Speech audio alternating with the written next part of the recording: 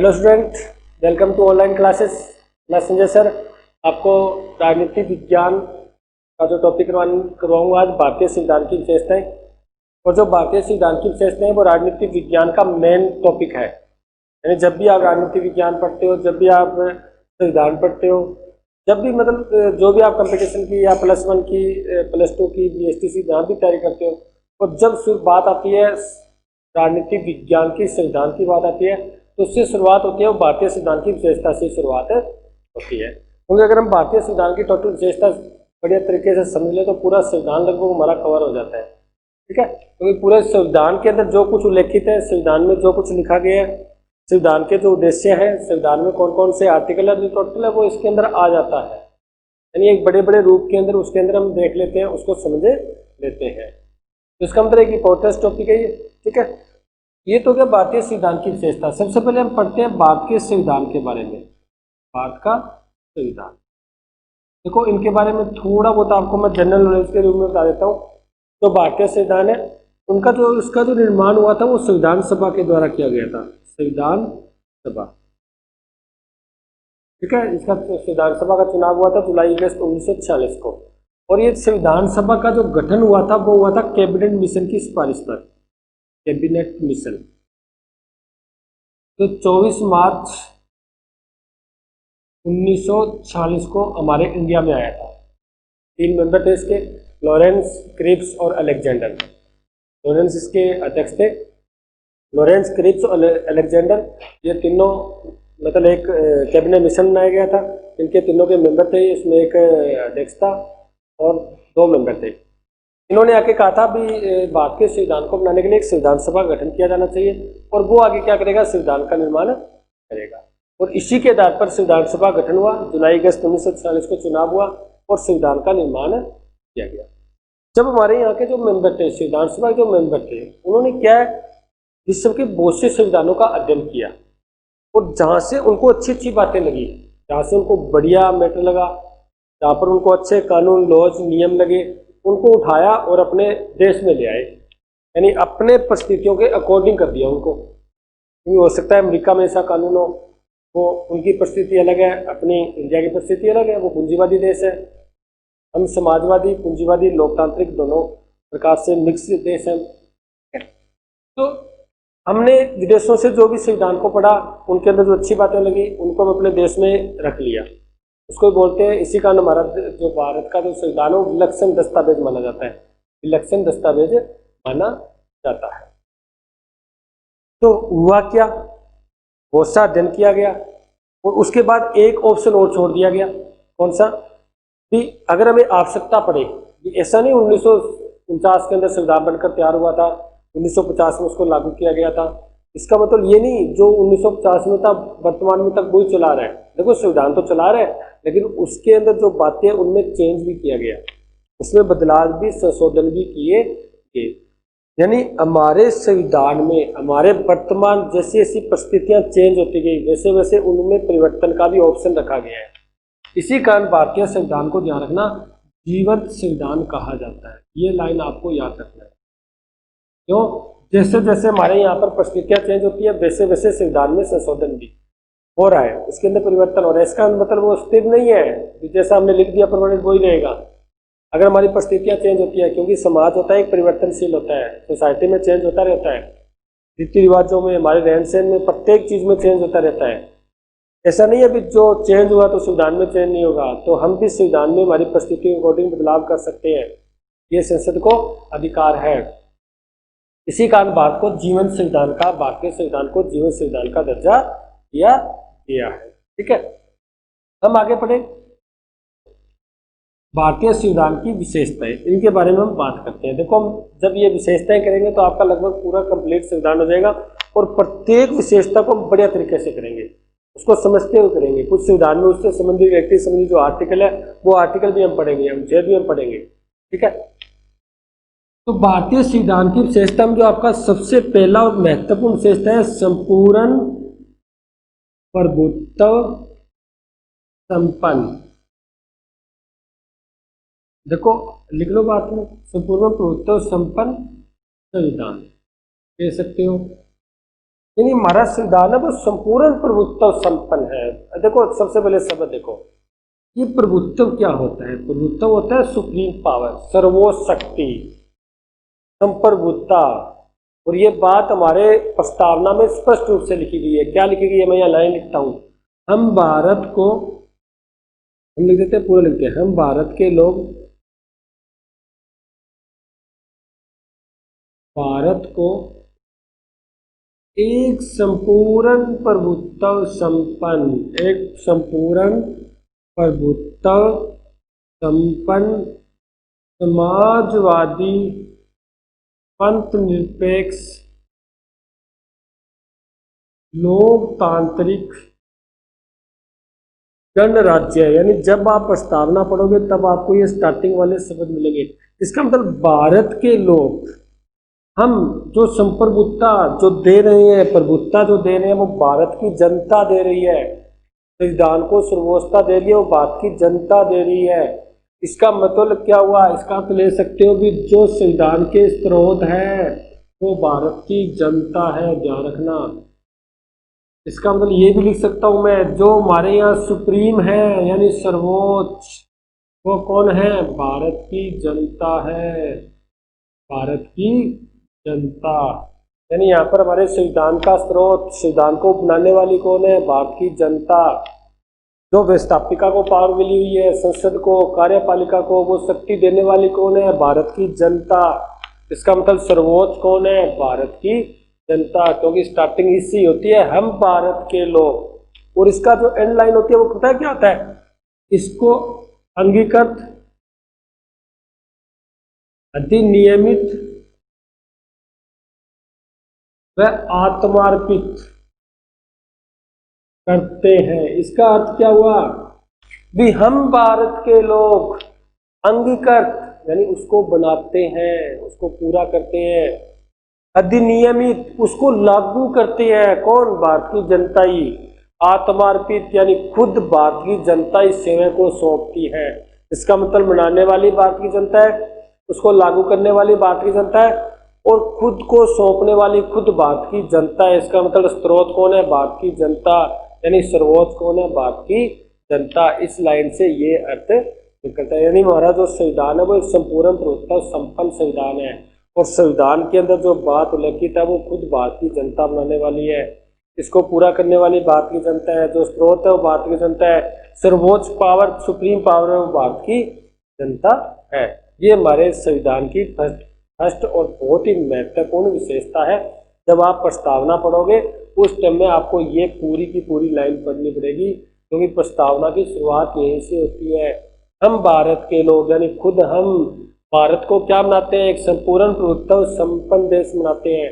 यानी वो आंतरिक और बाह्य किसी भी के दबाव में नहीं है। संपूर्ण प्रभुत्व का अर्थ क्या होता है? न तो आंतरिक रूप से किसी के दबाव में और न बाह्य रूप से किसी के दबाव में। हम अपना डिसीजन, अपना निर्णय अपनी इच्छा से कर सकते हैं। हम किसी के वश में आके निर्णय नहीं लेते। कोई अमेरिका या चीन या कोई भी हम पर दबाव बनाकर कानून नहीं बनवा सकता। हम अपनी इच्छा से कानून बनाते हैं, क्योंकि हम प्रभुत्व संपन्न हैं। ठीक है, न आंतरिक कोई संस्था है, धार्मिक, आर्थिक, राजनीतिक है, वो हम पर दबाव बनाकर कानून नहीं बनवा सकती। न कोई बाहरी जनता, बाहरी जो लोग हैं वो हम पर दबाव बना सकते। इसका अर्थ क्या हुआ? कि हम, हमारा देश है वो संपूर्ण प्रभुत्व संपन्न देश है। ठीक है, उसके बाद नेक्स्ट इसका पढ़ें जो विशेषता है। देखो सेकंड जो इसकी विशेषता है उसको हम बोल के ले सकते हैं भी प्रस्तावना। देखो हमारे भारत की एक संविधान की प्रस्तावना भी है। ठीक है, क्या होती है प्रस्तावना? मैं एक छोटी सी सिंपल सी लाइन में बताता हूं आपको। ठीक है, संविधान के उद्देश्य जहां लिखित है उसे क्या कहते हैं? प्रस्तावना। इसका मतलब हमारा जब संविधान बनाया गया था तब कुछ उद्देश्य तो थे। उद्देश्य कौन से? भारत को एक लोक कल्याणकारी राज्य की स्थापना करवानी है, एक लोक कल्याणकारी संस्था बनवानी है। तो वो उद्देश्य जहां पर उल्लेखित है वो प्रस्तावना है। भारत का संविधान कहाँ कहाँ लागू होने वाला है ये बात जहां उल्लेखित है वो प्रस्तावना है। और भारत को जो संविधान है उसको कब लागू किया गया था, कब बनाया गया था। प्रस्तावना में स्पष्ट रूप से लिखा गया है 26 नवंबर 1949। ये बात जहां लिखित है वो प्रस्तावना है। इसका मतलब क्या हुआ, पूरे संविधान को यदि हमें समझना है तो अगर हम प्रस्तावना को समझ लें तो पूरे संविधान को हम समझ लेते हैं। देखिए हम छोटा सा एग्जांपल लेते हैं, 3 घंटे की मूवी देखते हैं, उस मूवी को अगर उसका हम 5 मिनट का ट्रेलर देख लें तो पूरी मूवी की हमें कहानी समझ आ जाती है, इसके अंदर क्या होने वाला है, वो है प्रस्तावना। इसका मतलब संविधान का छोटा रूप, और इसी कारण प्रस्तावना को क्या कहा गया है, संविधान की आत्मा, संविधान की आत्मा, क्योंकि ये छोटा रूप होता है। ठीक है, यानी पूरे संविधान को हम एक प्रस्तावना के द्वारा समझ सकते हैं, उसके उद्देश्यों को समझ सकते हैं, समझे। इसी कारण इसको संविधान की आत्मा कहा गया है। और एक राजनीतिज्ञ थे, इनको आपको नहीं भूलना, के.एम. मुंशी। ये स्टेटमेंट आपके सिलेबस में भी दिया गया है, आपके बुक में दिया गया है, इसकी डेफिनेशन, उसका स्टेटमेंट। इन्होंने प्रस्तावना के बारे में क्या कहा था, इन्होंने कहा था जो प्रस्तावना है वो संविधान की राजनीतिक कुंडली है, संविधान की राजनीतिक कुंडली है। समझे बात, पूरे हमारे जीवन का एक पेज, एक कुंडली के ऊपर हमारा पूरा जीवन नहीं हो जाता क्या, पूरा इतना बड़ा जीवन होता है और एक कुंडली के अंदर पूरे जीवन को समझ लेते हैं हम, यानी छोटा रूप। इसी प्रकार प्रस्तावना को समझ के हम पूरे संविधान को समझ सकते हैं। इसी कारण इसको राजनीतिक कुंडली की जो उपमा दी थी वो किसने दी थी, के.एम. मुंशी ने। और सिंपल सी बात है, मुंशी यानी मूछ, मूछ कुंडी होती है ना, तो आप याद कर सकते हो मुंशी से कुंडली, यानी इन्होंने जो इसको जो बात कही थी, इन्होंने जो इसको उपमा दी थी वो राजनीतिक कुंडली की उपमा दी थी के.एम. मुंशी ने। ठीक है, उसके बाद नेक्स्ट हम पढ़ते हैं, ये होगी हमारी प्रस्तावना। और एक आपको बता देता हूँ, ये जो प्रस्तावना, यहाँ तो सिर्फ हम संविधान की विशेषताएं पढ़ रहे हैं, अभी क्या है संविधान में, ये प्रस्तावना का आगे पूरा आपका टॉपिक है, इसी लेसन का पूरा टॉपिक आपको पढ़ना पड़ेगा। इसको डिटेल से हम वहाँ करेंगे। यहाँ पर तो आपको इतना ही ध्यान रखना है, प्रस्तावना हमारे संविधान की एक महत्वपूर्ण विशेषता है। प्रस्तावना को संविधान की आत्मा कहा जाता है, उद्देश्य उल्लेखित है इसके अंदर, और प्रस्तावना पढ़ के हम पूरे संविधान को समझ सकते हैं। इसी कारण इसको संविधान की आत्मा कहते हैं। और इसे संविधान की राजनीतिक कुंडली की जो उपमा देने वाले थे वो के.एम. मुंशी थे, जो बहुत बड़े राजनीतिज्ञ थे। ठीक है, अब हम चलते हैं आगे नेक्स्ट तीसरे जो इसकी है संविधान की विशेषता के बारे में। हम कहें भारतीय संविधान है वो विश्व का सबसे विशाल संविधान है, सबसे बड़ा लिखित संविधान है। देखो लिखित तो है, बिल्कुल है, क्योंकि ये बात हम स्टार्टिंग में कर चुके हैं। मैंने बताया था कैबिनेट मिशन आया था 1946 में, उसकी सिफारिश पर क्या हुआ था, संविधान सभा का गठन किया गया था, और संविधान सभा ने संविधान को लिखा था। और कितने टाइम में लिखा था, 2 वर्ष 11 माह 18 दिन टोटल लगे थे। इतने दिनों के अंदर वो 67 लाख रुपए की चाय पी गए थे। इसका मतलब 67 लाख रुपए खर्च किए थे उन्होंने, और इतना खर्च कर कर उन्होंने एक हमारे लिए संविधान का निर्माण किया था। तो विश्व का सबसे विशाल संविधान है। अब आपको सर कैसे संविधान है, हम एग्जाम्पल दे सकते हैं। जैसे अमेरिका का लिखित संविधान है, अमेरिका में सिर्फ 7 ही आर्टिकल है। देखो कैसे आपको भी पता चल जाएगा। कनाडा में 147 आर्टिकल है। देखो अमेरिका में सिर्फ 7 ही आर्टिकल है, कनाडा में सिर्फ 147 ही आर्टिकल है। उसके बाद हम बात करें लिखित संविधान में ऑस्ट्रेलिया, इसके अंदर सिर्फ 128 ही आर्टिकल है। उसके बाद लिखित संविधान में बात करें हम दक्षिणी अफ्रीका की, दक्षिणी अफ्रीका में सिर्फ और सिर्फ 153 ही आर्टिकल है। अब हम बात करते हैं इंडिया की। अब आपको पता चल जाएगा कि भारत का इतना बड़ा विशाल संविधान क्यों है। ठीक है, भारत की बात करें तो भारत में संविधान में जो टोटल आर्टिकल है वो 395 है। देख लो इनसे ज्यादा है या नहीं, बड़ा है या नहीं, व्यापक। देखो अमेरिका में तो 7 ही आर्टिकल है सिर्फ, 7 के अंदर ही काम चला रहे हैं वो, हमारा 395 में चलाना मुश्किल हो रहा है ना। तो अमेरिका में 7 आर्टिकल है, कनाडा में 147 आर्टिकल है, ऑस्ट्रेलिया में 128 है, दक्षिण अफ्रीका में 153 है, लेकिन भारत में 395 है। अरे ये तो वैसे ही है, अगर काउंटिंग की दृष्टि से देखें ना, गणना की दृष्टि से 500 तक पहुंच गए हैं। बहुत आर्टिकल है इंडिया में, क्योंकि सब आर्टिकल सब पॉइंट आगे से आगे बन रहे हैं। ठीक है, आर्टिकल 395 है। अगर हम बात करें भाग सेक्शन की तो टोटल 22 है, लेकिन वैसे 25 भाग हो चुके हैं। अगर हम बात करें अनुसूचियों की, अनुसूचियां 12 है टोटल। अगर हम बात करें परिशिष्ट की तो टोटल 5 है। यानी इसका मतलब भारत का जो संविधान है वो विश्व का सबसे बड़ा विशाल संविधान है। अब बहुत से राजनीतिज्ञ बोलने लगे जी आपने इतना पैसा खर्च कर दिया, इतना समय ऐसे ही नष्ट कर दिया, हर बात इतनी बार लिखने की जरूरत क्या थी, इतना लिखने की जरूरत क्या थी, आप मेन बार लिखते, इन्होंने 7 में ही काम चला रखा है, आपने इतने लिख दिए।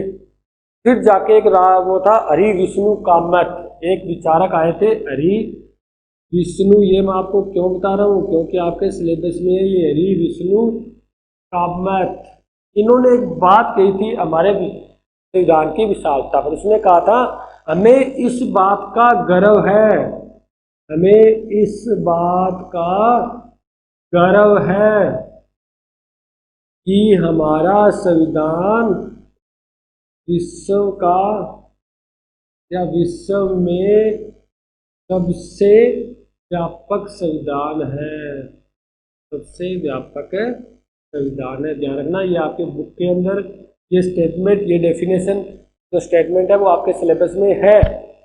इसी कारण मैं आपको बता रहा हूँ, क्योंकि सबने इसकी आलोचना करनी शुरू की, इन्होंने संविधान सभा ने ऐसे ही पैसे नष्ट कर दिए, ऐसे ही सबने नष्ट कर दिया, बैठे रहे चाय पीते रहे, यानी इसका मतलब ही नहीं, कोई इतना लिखने की जरूरत क्या थी। तब जाके इन्होंने हरि विष्णु कामत ने कहा था भी हमें इस बात का गर्व है कि हमारा संविधान विश्व का सबसे बड़ा संविधान है, सबसे व्यापक संविधान है, इस बात पर हम गर्व करते हैं।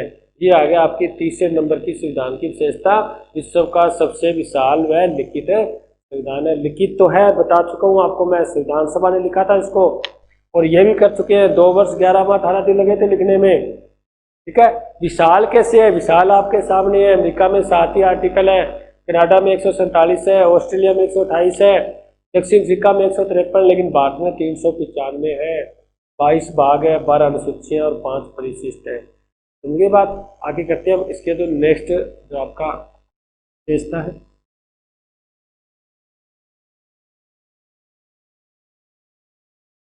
इसकी जो नेक्स्ट विशेषता है उसके बारे में पढ़ते हैं 4 नंबर की। 4 नंबर की वही है जो हम पहले लिख चुके हैं, लिखित व निर्मित संविधान। देखो सेम यही कर चुके हैं, ये लिखित है क्योंकि इसको संविधान सभा ने लिखा है। क्या किया, संविधान सभा ने इसको लिखा है। निर्मित है क्योंकि इसका निर्माण किया गया है। क्या किया गया, निर्माण ही तो किया है।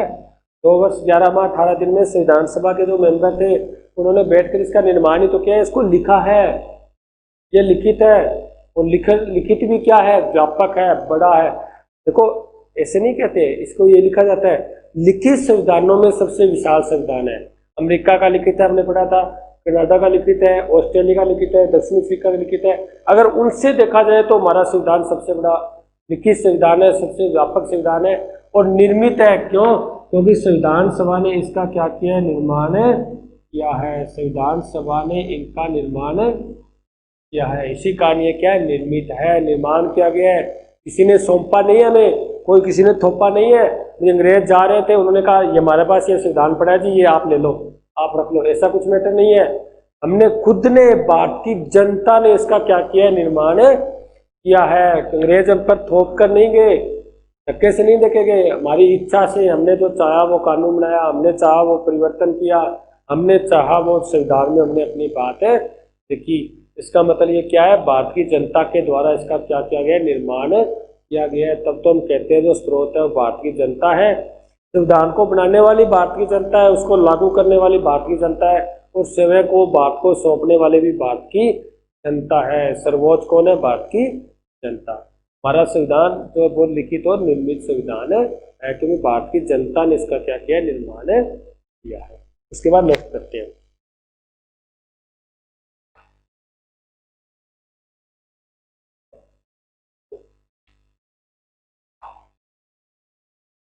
उसके बाद हमारी विशेषता है, सबसे ज़्यादा बढ़िया विशेषता, संसदीय शासन प्रणाली। देखो भारत के अंदर संसदीय शासन प्रणाली को अपनाया गया है। और आपको बता देता हूँ, जो संसदीय शासन प्रणाली का जो मॉडल है ना, वो ब्रिटेन का मॉडल है। किसका है? ब्रिटेन का। आपने ये +1 में पढ़ चुके हो। +1 के अंदर आपका एक पूरा लेसन था, संसदात्मक शासन प्रणाली और अध्यक्षात्मक शासन प्रणाली।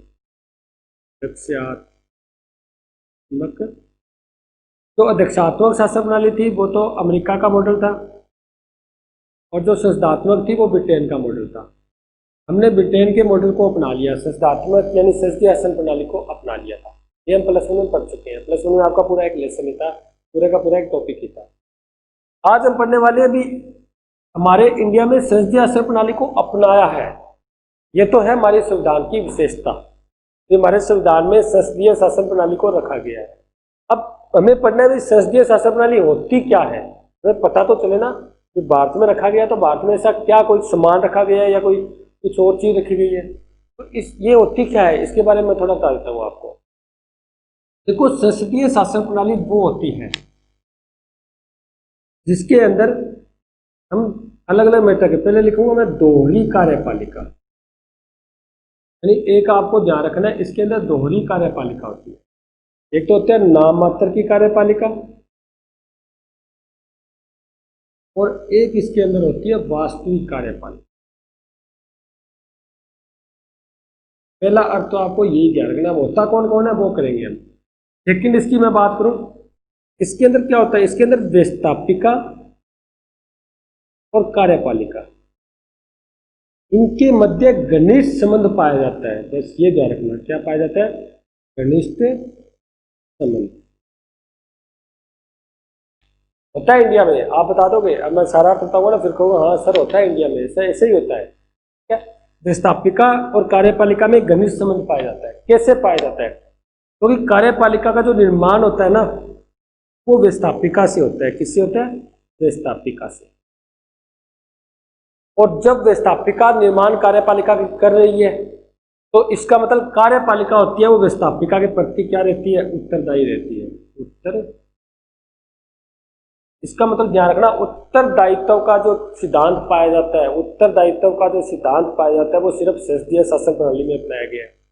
ये भारत में अपनाने का रीजन एक था, क्योंकि उस टाइम जब आजाद हुए थे, उस टाइम बहुत से हमारे देश में अभी यह जातीय धर्म बहुत पाए जाते थे, गरीब थे हम, इतने विकसित नहीं थे, शिक्षा नहीं थी, तो उनको क्या करने, उन्होंने कहा था भी इनको अलग करने से अच्छा इनको आपस में जोड़ दो, ऐसी प्रणाली को अपनाओ हम, ताकि मिलकर काम करें, और जब मिलकर काम करेंगे तो हम जल्दी विकास करेंगे। एक उत्तरदायित्व भी होना चाहिए। ऐसा नहीं हमने किसी व्यक्ति को एमएलए बना दिया, एमपी बना दिया, उसके बाद वो हमारे प्रति उत्तरदायी रहे ही नहीं, 5 साल तक हमसे मिले ही नहीं, हमारे लिए काम ही ना करे, वो तो डेमोक्रेसी रही नहीं, लोकतंत्र के जनता कल्याण हुआ ही नहीं। इसी कारण हमारे जो संविधान सभा वाले थे, जो मेंबर थे, उन्होंने कहा था भी उत्तरदायित्व का सिद्धांत होना चाहिए, और उत्तरदायित्व का सिद्धांत होता है वो संसदीय शासन प्रणाली में पाया जाता है। अब देखो कैसे, अब इनको मैं दोनों को प्रूव कर देता हूँ आपको। देखो हमारे इंडिया में नाम मात्र की कार्यपालिका यानी राष्ट्रपति है या नहीं? बिल्कुल है। वास्तविक कार्यपालिका यानी जो हमारी मंत्री परिषद है, मंत्री परिषद, और इसका जो अध्यक्ष होता है वो पीएम यानी प्रधानमंत्री, अध्यक्ष होता है पीएम प्रधानमंत्री, है या नहीं? पाए जाते हैं। इसका मतलब हमारे यहाँ दोहरी कार्यपालिका है। क्या रखना, राष्ट्रपति होता है वो नाम मात्र की, उसका सिर्फ नाम चलता है, उसकी मोहर चलती है, वो खुद कुछ नहीं करता।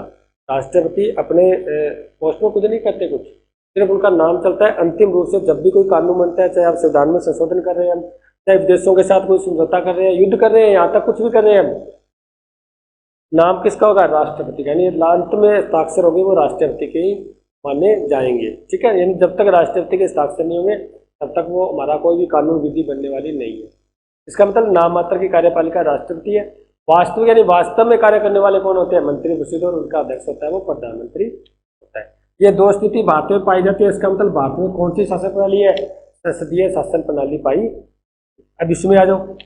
देखो हम व्यवस्थापिका यानी संसद में एमपी को चुनकर भेजते हैं, नहीं भेजते क्या? एमपी का चुनाव होता है, मेंबर ऑफ पार्लियामेंट का चुनाव होता है, और जनता प्रत्यक्ष रूप से इसका चुनाव करती है। डायरेक्ट क्या होता है? डायरेक्ट इलेक्शन होता है इसमें। जनता, हम जनता देते हैं, एमपी को चुनाव जो वोट से वोटिंग करती है वो जनता करती है, ठीक है, वैश्विक मताधिकार के आधार पर। जो टोटल हमारे यहाँ कितना है देखो, मान लेते हैं हम लोकसभा के अंदर टोटल 552 सीट है, ठीक है, और 545 सीटें मान लेते हैं वहां से चुनकर आती है वोटिंग के द्वारा। ये टोटल मेंबर है ना, वो टोटल व्यवस्थापिका में जाते हैं। कहाँ जाते हैं? व्यवस्थापिका में। और जिनके जिस राजनीतिक दल, जिस पॉलिटिकल पार्टीज के पास ज्यादा एमपी होते हैं वो सरकार बना लेती है। फिर क्या करते हैं? फिर इसी व्यवस्थापिका से कार्यपालिका का निर्माण होता है, यानी मंत्री बनाए जाते हैं, मिनिस्टर बनाए जाते हैं। ध्यान रखना बात, जो मिनिस्टर बनाए जाते हैं वो व्यवस्थापिका के मेंबर होते हैं, ऐसे नहीं बन जाते मिनिस्टर। क्यों? अध्यक्षात्मक शासन प्रणाली अमेरिका है ना, अध्यक्षात्मक में अलग मैटर है, वहां पर जो मिनिस्टर होते हैं वो व्यवस्थापिका के मेंबर नहीं होते, क्योंकि वहां पर मिनिस्टर होते नहीं, वहां पर सचिव होते हैं। वहां पर अमेरिका में मंत्री नहीं बोले जाते, सचिव बोले जाते हैं, क्योंकि वहां पर संसदीय शासन प्रणाली नहीं है, अध्यक्षीय शासन प्रणाली है। वहां पर एकल कार्यपालिका है, दोहरी कार्यपालिका नहीं है। इंडिया में क्या है? मंत्री होते हैं, और मंत्री कहाँ के सदस्य होते हैं? व्यवस्थापिका के होते हैं। यानी व्यवस्थापिका से ही कार्यपालिका का निर्माण होता है, और व्यवस्थापिका ही कार्यपालिका पर क्या रखती है? नियंत्रण रखती है। सरकार को कभी भी व्यवस्थापिका हटा सकती है अगर उसके पास बहुमत नहीं है, अगर उसके पास सीटें बहुमत बिना सरकार नहीं चलती। संसदीय शासन प्रणाली में जब तक बहुमत नहीं होगा तब तक सरकार नहीं चलेगी। जैसे ही उसका बहुमत खत्म होता है तो व्यवस्थापिका क्या करेगी? उसको हटा देगी, यानी उसको त्याग पत्र देना पड़ेगा कार्यपालिका, यानी जो सरकार होती है, ठीक है। तो व्यवस्थापिका से कार्यपालिका निर्माण हो रहा है ही नहीं हो रहा? बिल्कुल हो रहा है। और कार्यपालिका व्यवस्थापिका प्रति उत्तरदायी रहती है, क्योंकि उसने इसका निर्माण किया है, इसने इसका निर्माण किया तो उसके प्रति उत्तरदायी तो रहेगी। वो ये कहेगी मैं कहूँ वो काम करो, अगर नहीं करेगी तो मंत्री को हटा देंगे हम। तो इसी कारण इसके प्रति क्या रहती है? उत्तरदायी रहती है। क्यों?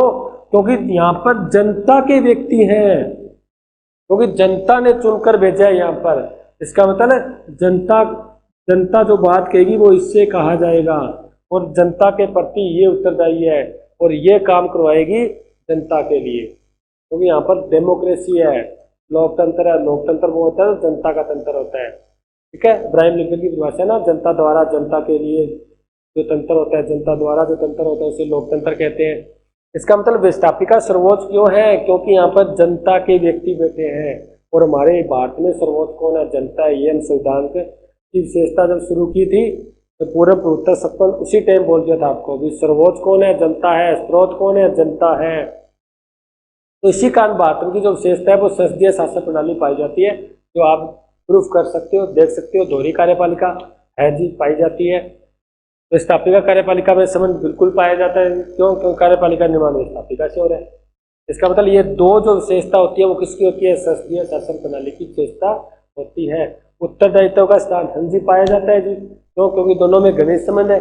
ये इसका निर्माण करता है तो ये इसके प्रति उत्तरदायी रहता है। इसका मतलब हमारे भारत में कौन सी प्रणाली को अपनाया गया है? संसदीय शासन प्रणाली को अपनाया गया है। उसके बाद नेक्स्ट पढ़ते हैं हमारे।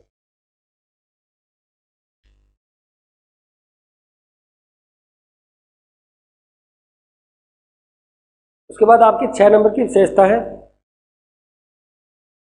वो है आपकी, आप ले लो मौलिक अधिकार वह कर्तव्य है। देखो यहाँ पर तो सिर्फ हम इसकी विशेषता पढ़ने वाले हैं, मैंने पहले ही कहा था यहाँ पर तो विशेषता पढ़ रहे हैं। अभी हमारे संविधान के अंदर मौलिक अधिकारों को भी अपनाया गया है, हमारे संविधान में कर्तव्यों को भी रखा गया है, लेकिन इनके जो पूरा टॉपिक है वो आगे वाला आपका लेसन पूरा ही है। मौलिक अधिकार टोटल पढ़ेंगे हम, जितने भी हमारे पास मौलिक अधिकार है, इनका अर्थ क्या है और मौलिक अधिकार की विशेषताएं क्या होती है, इसका महत्व क्या है, इसकी आलोचना क्या है, टोटल पढ़ेंगे हम। लेकिन यहाँ तो सिर्फ आपको इतना ही पढ़ना है भी हमारे संविधान में मौलिक अधिकारों का भी उल्लेख किया गया है, हमारे संविधान में कर्तव्यों का भी उल्लेख किया है। तो कैसे? देखो भारतीय संविधान के अंदर जो भाग 3 है, भाग 3, उसके अंदर हमारे मौलिक अधिकारों का उल्लेख किया गया है, ठीक है। और जो आर्टिकल है 12 से लेकर 35 तक, इसके अंदर हमारे मौलिक अधिकारों का, यानी भाग 3 आर्टिकल 12 से 35 तक है, हमारे यहाँ पर संविधान में मौलिक अधिकारों का उल्लेख किया गया है। हम बात करें मूल संविधान की, और एक बात मैं भी बता देता हूँ, आपको क्लियर कर देता हूँ। मूल संविधान, ये आपको शब्द बहुत बार मिलेगा, और जब भी मूल संविधान का शब्द मिलता है ना, उस टाइम आप एक ही बात याद रखना, ये बात कर रहे हैं 26 जनवरी 1950 की, यानी जिस टाइम संविधान बनकर लागू हुआ था वो मूल संविधान था, बाद में चेंज हुआ है वो अलग मैटर पड़ेंगे हम। अगर मूल की बात आएगी तो आपको ये तारीख याद रखनी है, आपको ये तारीख याद रखनी है 26 नवंबर 1949, यानी जिस टाइम बना था और लागू हुआ था वो मूल संविधान था। उसके बाद तो बहुत बदलाव हो गया, हमने कहा था हमारा संविधान जीवित संविधान है, क्योंकि परिस्थितियों के अकॉर्डिंग क्या कर रहे हैं उसके अंदर हम चेंज कर रहे हैं, परिवर्तन कर रहे हैं। तो बात आती है मूल संविधान की, तो ध्यान रखना जो मूल संविधान था उस समय हमारे मौलिक अधिकार थे वो 7 मौलिक अधिकार थे। कितने थे? 7। आपको वैसे बता देता हूँ, वैसे हम कर लेंगे आगे टॉपिक। समानता का मूल अधिकार था हमारे पास, स्वतंत्रता का था, शोषण के विरुद्ध अधिकार था, उसके बाद धर्म से संबंधित अधिकार था, संस्कृति शिक्षा का अधिकार था और संवैधानिक उपचारों का अधिकार था, और 7वां था संपत्ति का अधिकार, आर्टिकल 31 में था। जो हुआ क्या, 7 था, लेकिन बात आती है वर्तमान की, और जब वर्तमान शब्द आपके सामने आ जाए तब आप आंसर दोगे जी 6, क्योंकि एक संविधान संशोधन हुआ था मोरारजी देसाई के काल के अंदर, जब जनता पार्टी की सरकार थी, और मोरारजी देसाई वो व्यक्ति था जो प्रथम गैर कांग्रेसी प्रधानमंत्री थे। उससे पहले जितने प्रधानमंत्री बने थे वो कांग्रेसी बने थे। तो छठा, एक मौलिक अधिकार वर्तमान में 6 है, और एक था हमारा संपत्ति का अधिकार। संपत्ति का अधिकार जिसको 44वां संविधान संशोधन, 44वां संविधान संशोधन जो हुआ था 1978 के द्वारा, इसको मूल अधिकार की श्रेणी से हटा दिया गया और उसको कानूनी अधिकार बना दिया गया। यानी इसको मूल अधिकार की श्रेणी से हटाकर इसको कानूनी अधिकार बनाया गया था आर्टिकल 301 के तहत। यानी पहले आर्टिकल 31 में था हमारा मौलिक अधिकार, वहां से इसको हटा दिया गया और आर्टिकल 301 के तहत इसको कानूनी अधिकार बना दिया। या इसका मतलब वर्तमान में हमारे मौलिक अधिकार रहे हैं वो कितने रहे हैं? 6। उसके बाद करते हैं बस कर्तव्य की। देखो कर्तव्य की बात करते हैं, देखो मौलिक अधिकार में तो हो गया, और बाकी जितने भी हमारे 6 प्रकार के मौलिक अधिकार है वो आगे वाले लेसन में हम कंप्लीट कर लेंगे। मैं पहले कह रहा हूँ इसका आपको पूरा लेसन ही मिलेगा, ठीक है? टोटल पढ़ेंगे हम, टोटल आर्टिकल पढ़ेंगे, या तो हम सिर्फ विशेषता पढ़ रहे हैं। मैं अकेले कर्तव्य की बात करता हूँ। कर्तव्य के अंदर वही बात, अगर मैं कहूँ मूल संविधान में कितने कर्तव्य थे तो आप आंसर दोगे जी 0। इसका मतलब कोई कर्तव्य नहीं था, ये ध्यान रखना बात। मूल संविधान जब 26 जनवरी 1950 को लागू हुआ था उस समय कोई कर्तव्य नहीं था, यानी हमें अधिकार दिए थे, कर्तव्य दिए ही नहीं थे। कि आप खुले विरोधी मजे से रहो, बस आपको कोई टेंशन नहीं है, कोई कर्तव्य नहीं है, कोई उत्तरदायित्व नहीं है। तब जाके संविधान के अंदर नई नई बातें उठने लगी, भी हमें अधिकार तो दे दिए, कर्तव्य तो दो। भी मेरे को बोलने का अधिकार है, इसका मतलब ये थोड़ी मैं तुम्हें गाली देने लग जाऊंगा, किसी और को गाली देने लग जाऊंगा, ऐसा थोड़ी है। इसका मतलब मैं दूसरे को नुकसान पहुंचा रहा हूँ। मेरे को गाड़ी चलाने का अधिकार है, इसका मतलब ये थोड़ी है मैं अपनी मनमर्जी से गाड़ी चलाऊंगा, जी करे वहां मोड़ दूंगा, ऐसा कोई। अरे मेरा कर्तव्य भी है, मैं आगे वाले के अधिकारों की भी सम्मान करूं, आगे वाले को, अगर मेरे को बोलने का अधिकार है तो अगले की जो बोलने की शक्ति है उसको तो न छीनूं मैं। यानी इसी कानून ने कहा था भी कर्तव्य को भी जोड़ो, तब जाके एक श्रवण सिंह समिति बनाई गई थी, श्रवण सिंह समिति। और श्रवण सिंह समिति की परामर्श पर इन्होंने कहा था कर्तव्यों को जोड़ दो, तब जाके 42वां संविधान संशोधन 1976 के द्वारा 10 मूल कर्तव्य जोड़े गए थे। बात मूल संविधान में 0 थे, लेकिन श्रवण सिंह समिति की परामर्श पर, सिफारिश पर 42वां संविधान संशोधन 1976 के द्वारा 10 मूल कर्तव्य जोड़े गए थे। और एक बता देता हूँ आपको कर्तव्य से संबंधित। अगर बात आए वर्तमान में तो वर्तमान में आप कहोगे जी 11। देखो मूल में 0, 1976 में 10 और वर्तमान में 11। तो ये 11वां कर्तव्य जोड़ा गया था। 86वां संविधान संशोधन हुआ था, 86वां संविधान संशोधन 2002 के द्वारा। और ये किससे संबंधित था? ये था 6 से 14 वर्ष तक के बच्चों को, 6 से 14 वर्ष तक के बच्चों को बेसिक एजुकेशन यानी उनको शिक्षा दिलाने का कर्तव्य है। किनका? माता पिता का, अभिभावक का, संरक्षक का कर्तव्य होगा भी वो 6 से 14 वर्ष तक के बच्चों को शिक्षा दिलाएगा। मेरे बच्चे हैं तो मेरा कर्तव्य भी उनको शिक्षा दिलाऊं। बस ये 11वां कर्तव्य जोड़ा गया था 86वां संविधान संशोधन 2002 के द्वारा, जिसे आप बोलते हो RTE 2009 अधिनियम बनाया था और इसको लागू किया गया था 1 अप्रैल 2010 को। RTE अनिवार्य व निःशुल्क जो शिक्षा का अधिकार था। ठीक है, तो इतने ध्यान रखना आपको। मूल में शून्य थे, 1976 में 10 जोड़े गए थे और वर्तमान में 11वां कर्तव्य जो 86वां संविधान संशोधन के द्वारा जोड़ा गया था। 6 से 14 वर्ष तक के बच्चों को शिक्षा दिलाने का उनके माता पिता का क्या होगा, कर्तव्य होगा। तो यहाँ तक आपके 6 मौलिक अधिकार व कर्तव्य, यहाँ तक आपकी विशेषताएं होगी। और जो हम नेक्स्ट करने वाले हैं, आगे की जो हम विशेषताएं करेंगे वो हम नेक्स्ट वीडियो में, नेक्स्ट आपकी क्लास में करेंगे। यहाँ तक आप अपने नोट्स वगैरह बना लेना और इसको देख लेना। Thank you.